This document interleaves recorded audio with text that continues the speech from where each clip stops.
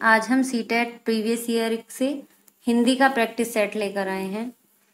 तो चलिए देखते हैं। निम्नलिखित गद्यांश को पढ़कर पूछे गए प्रश्नों के सही और उपयुक्त उत्तर वाले विकल्प चुनिए। देखिए, सही और उपयुक्त उत्तर वाले विकल्प चुनने हैं। गद्यांश पढ़ लेते हैं। बचपन के पहले 2 साल तक बच्चे भाषा को केवल सुनते और बोलते हैं। उनके जीवन में किताब की कोई कल्पना तक नहीं होती। फिर धीरे धीरे किताबें उनके जीवन में आती हैं। हम किताब किसे कहेंगे? जब कुछ ऐसे पन्नों को एकत्रित किया जाता है जिन पर कुछ लिखा हुआ हो या छपा हुआ हो, किताब बन जाती हैं। बहुत पहले भारत और उसके आसपास के देश में ताड़ के पत्तों पर लिखा जाता था या चित्र बनाए जाते थे। पत्तों को इकट्ठा करते थे, उन्हें धागे से बांधा जाता था। इन ताड़ के पत्तों पर केवल ऐसे ही लोग लिखते थे जिनकी लिखाई जो थी सुंदर होती थी, जो सुंदर चित्र बना पाते थे। जर्मनी में छपाई की मशीन का आविष्कार हुआ। कहाँ हुआ? जर्मनी में हुआ। किताबें मशीन से छपने लगी। मशीन से छपने का फायदा यह हुआ कि किताबों की बहुत सारी क्या थी? प्रतियां एक साथ छपने लगी। परंतु नुकसान भी था। नुकसान यह था कि हर किताब एक जैसी दिखाई देती थी। मशीन से छपाई के बाद लिखने वाले की छाप किताबों से क्या थी? गायब हो गई। तो क्वेश्चन पढ़ लेते हैं हम। क्वेश्चन में क्या कहा गया है? मशीन से किताब छापने का क्या फायदा हुआ? देखिए, मशीन से किताब छापने का क्या फायदा हुआ? मशीन छपाई वाले की ख्याति होने लगी। सभी लोगों को पुस्तकें मिलने लगी। पुस्तकों की बहुत सारी प्रतियां एक साथ छपने लगी। देखिए, इसका क्या था? राइट आंसर जो होगा वो सी होगा। देखिए, पैराग्राफ में भी दिया गया है कि पुस्तकों की बहुत सारी प्रतियां एक साथ छप सकती थी इससे। ठीक है, नेक्स्ट क्वेश्चन देखते हैं। गद्यांश के अनुसार छपाई की मशीन का आविष्कार सबसे पहले कहाँ हुआ? देखिए, अभी पढ़ा है हमने कि कहाँ हुआ? जर्मनी में। नेक्स्ट क्वेश्चन देखते हैं। गद्यांश के अनुसार पहले 2 वर्ष तक बच्चा भाषा की किस रूप से परिचित होता है? देखिए, जो पहले 2 वर्ष होते हैं उसमें बच्चा भाषा के किस रूप से परिचित होता है? तो गद्यांश के अनुसार पहले 2 वर्ष तक बच्चे भाषा के श्रव्य रूप से परिचित होते हैं। किससे होते हैं? श्रव्य रूप से। ठीक है। छपाई का आविष्कार से पहले किस पर की जाती थी? छपाई का आविष्कार होने से पहले लिखाई किस पर की जाती थी? तो आपने भी पढ़ा है किस पर? ताड़ के पत्तों पर। नेक्स्ट क्वेश्चन देखते हैं।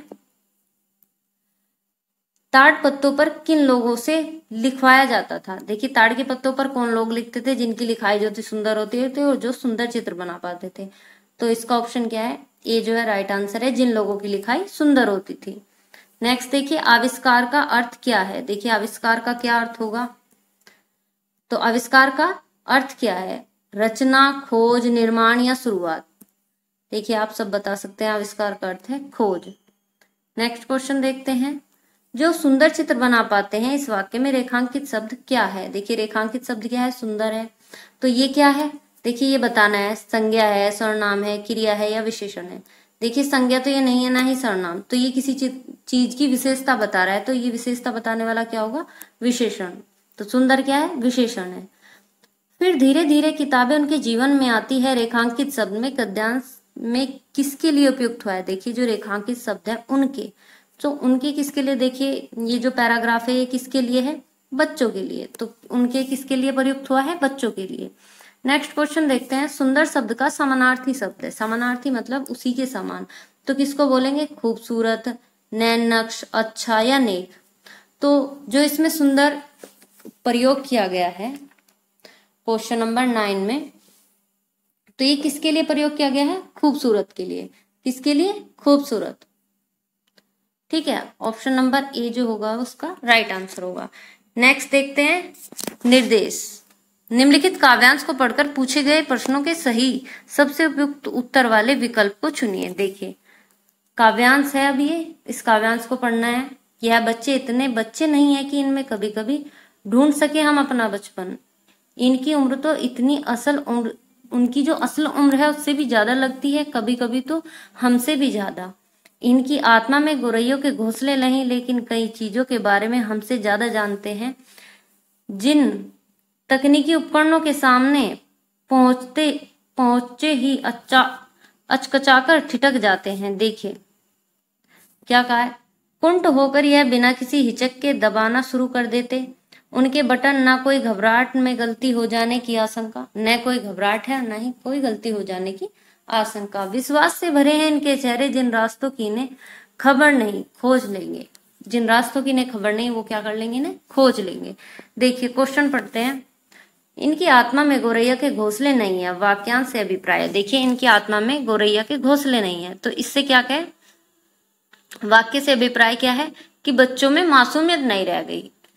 ठीक है, तो इसका क्या है, बच्चों में मासूमियत नहीं रह गई। तो ऑप्शन बी जो है इसका राइट आंसर है।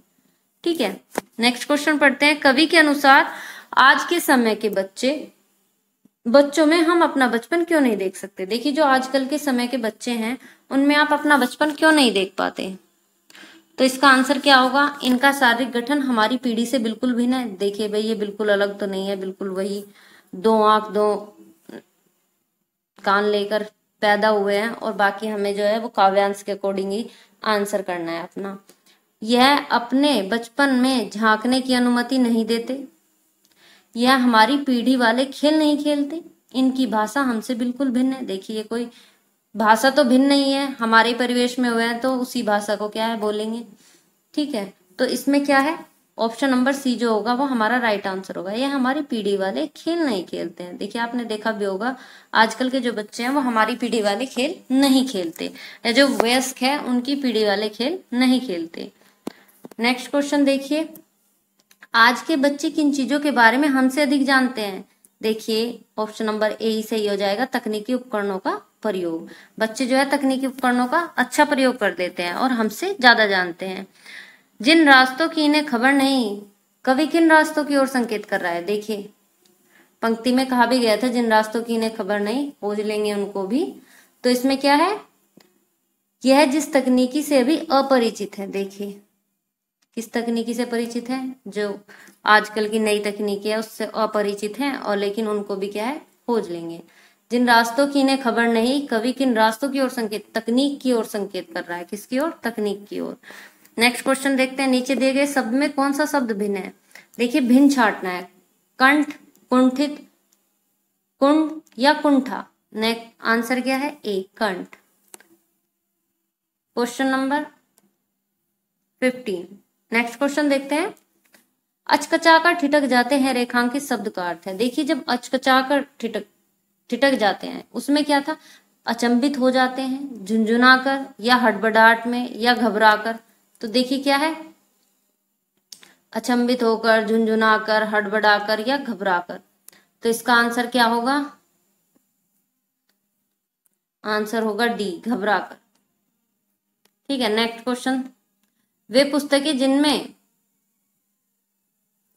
नेक्स्ट क्वेश्चन देखते हैं, वे पुस्तकें जिनमें शब्द में लिखे हो या बहुत कम शब्द हो, ऐसी पुस्तकें जो बच्चों के वक्षात्मक चिंतन और अवलोकन कौशल में वृद्धि करती हैं, उन्हें क्या कहा जाता है। देखिए जो अवलोकन चिंतन अवलोकन कौशल में वृद्धि करती है, ठीक है, तो उसको क्या, ऐसी पुस्तकें भाई जिनमें शब्द कम होंगे, जिन पुस्तकों में, और क्या है बहुत कम शब्द लिखे हो, तो ऐसी पुस्तकें कैसे हो सकती है। देखिए चित्रात्मक पुस्तकें जो होती हैं, आपने देखा भी होगा बच्चों की जो मैगजीन आती है उसमें क्या है, चित्र के माध्यम से बच्चों को समझाया जाता है, चित्र के माध्यम से कहानी बताई जाती है, तो ऐसे क्या होंगी, चित्रात्मक पुस्तकें।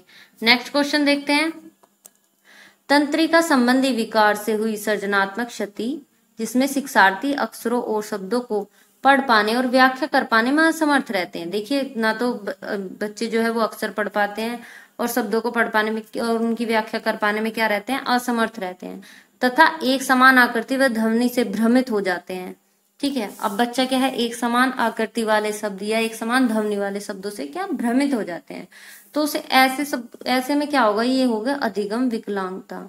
देखिए जब भी बच्चा पढ़ने संबंधी, लिखने संबंधी या फिर बोलने संबंधी कोई भी गलती करता है, देखिए सही से पढ़ नहीं पाता है, लिख नहीं पाता है या उच्चारण सही नहीं कर पाता, वो क्या होता है, अधिगम विकलांगता में आ जाएगा।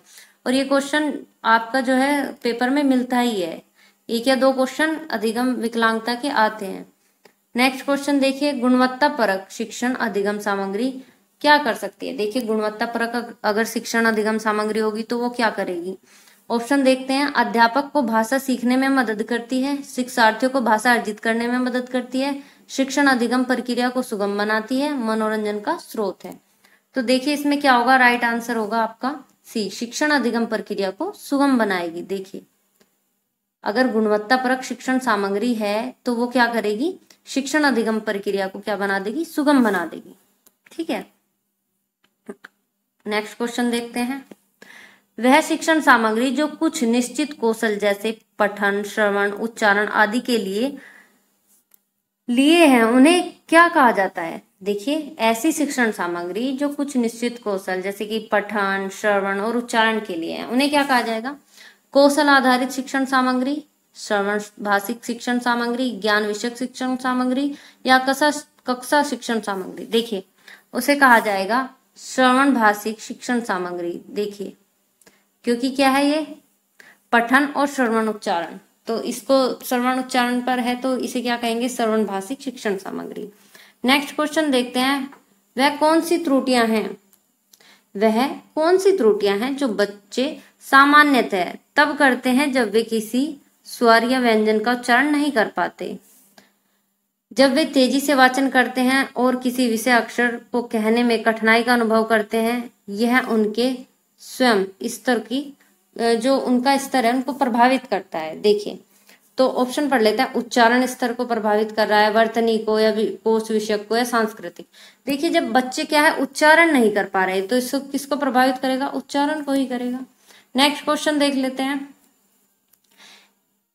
एक अध्यापिका कक्षा शिक्षण सामग्री के रूप में सिक्के, देखिए क्या दिखाती है, सिक्के दिखाएगी, नक्शे दिखाएगी और टिकट आदि का प्रयोग करती है। देखिए जब वो ऐसी चीजें कभी भी आपकी कक्ष में अगर अध्यापिका कुछ चीजों का कुछ शिक्षण सामग्री बोल देंगे आप या फिर डेली लाइफ के जो आपकी चीजें हैं उसे दिखाती है तो उसे क्या कहेंगे। आप याद रखना कि शिक्षण अधिगम सामग्री को क्या कहा जाएगा। देखिए घर की वस्तुएं कहा जाएगा, वास्तविक वस्तुएं कहा जाएगा, शिक्षण सामग्री कहा जाएगा या कक्षा सामग्री कहा जाएगा। देखिए वैसे इसका सबसे अच्छा आंसर जो होगा वो वास्तविक वस्तुएं, क्या होगा, वास्तविक वस्तुएं। देखिए जो अध्यापिका है वो बच्चे को रियल लाइफ से जोड़ने की कोशिश कर रही है, जो उसकी डेली यूज में, जैसे कि बच्चा यात्रा कर सकता है, ये बच्चा नक्शे को पहचान सकता है, हम कहाँ से कहाँ यात्रा कर रहे हैं, इस तरह से जो डेली लाइफ की चीजें हैं, एक टिकट में क्या क्या चीजें होनी चाहिए उस चीज का पता लगा सकता है। तो क्या है, वास्तविक वस्तुओं से जोड़ रही है। ठीक है,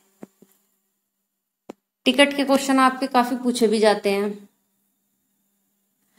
वे विद्यार्थी जो शब्दों में किसी अक्षर को छोड़कर जैसे वर्तनी संबंधी गलतियां करते हैं वह किससे ग्रस्त है। देखिए इसमें भी फिर क्या करते हैं, वर्तनी संबंधी गलतियां कर रहा है।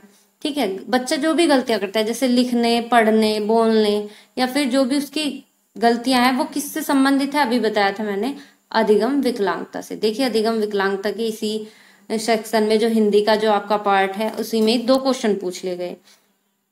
ठीक है, नेक्स्ट क्वेश्चन पढ़ते हैं।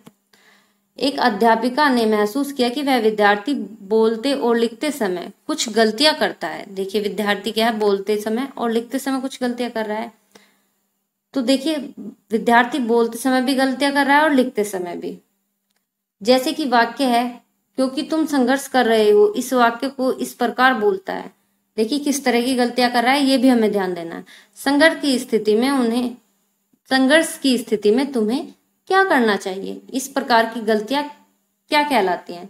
देखिए इसने क्या किया कि तुम संघर्ष कर रहे हो, इस वाक्य को इस प्रकार बोलता है। तुम संघर्ष कर रहे हो को क्या बोलता है, संघर्ष की स्थिति में तुम्हें क्या करना चाहिए। ठीक है, तो इस तरह की जो गलती होगी उसे क्या कहलाएंगे, उसे वो कहलाएगी सृजनात्मक। ठीक है, सृजनात्मक मतलब बच्चा समझ तो रहा है उस चीज को क्या है, लेकिन वो क्रिएटिव है, वो अपनी तरफ से जो है बात को बोल रहा है, वो सेम वाक्य नहीं दोहरा, ना तो वो लिखते समय दोहरा रहा है ना ही वो बोलते समय दोहरा रहा है। तो बच्चा क्या है, सृजनात्मक है। ठीक है, कौन सी गलती कह सकते हैं, सृजनात्मक गलती। नेक्स्ट क्वेश्चन देखते हैं। किसी नवीन कोश विषय के संरचनात्मक अवधारणा को स्पष्ट करते समय संवादों के लिए किस प्रकार की सामग्री का प्रयोग किया जा सकता है। देखिए पाठ्य पुस्तकें, विश्वकोश, शब्दकोश या वास्तविक वस्तुएं। देखिए क्या है, नवीन कोश विषयक या संरचनात्मक अवधारणा को स्पष्ट करते समय संवादों के लिए किस प्रकार की, देखिए अब संवादों के लिए किस प्रकार की सामग्री का प्रयोग करना चाहिए।